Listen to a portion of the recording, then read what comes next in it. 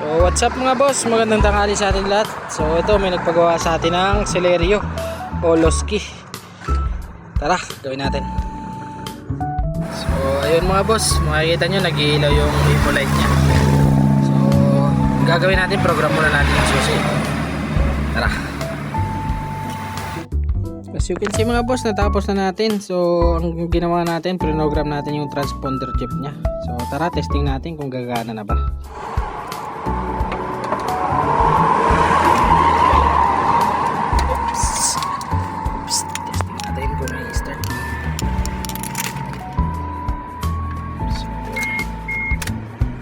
Tignan natin kung mawawala yung immobilizer.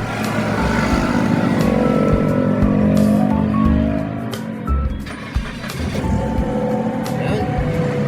Working guys. So patay na natin kasi tumatagas yung langis. Salamat sa panonood.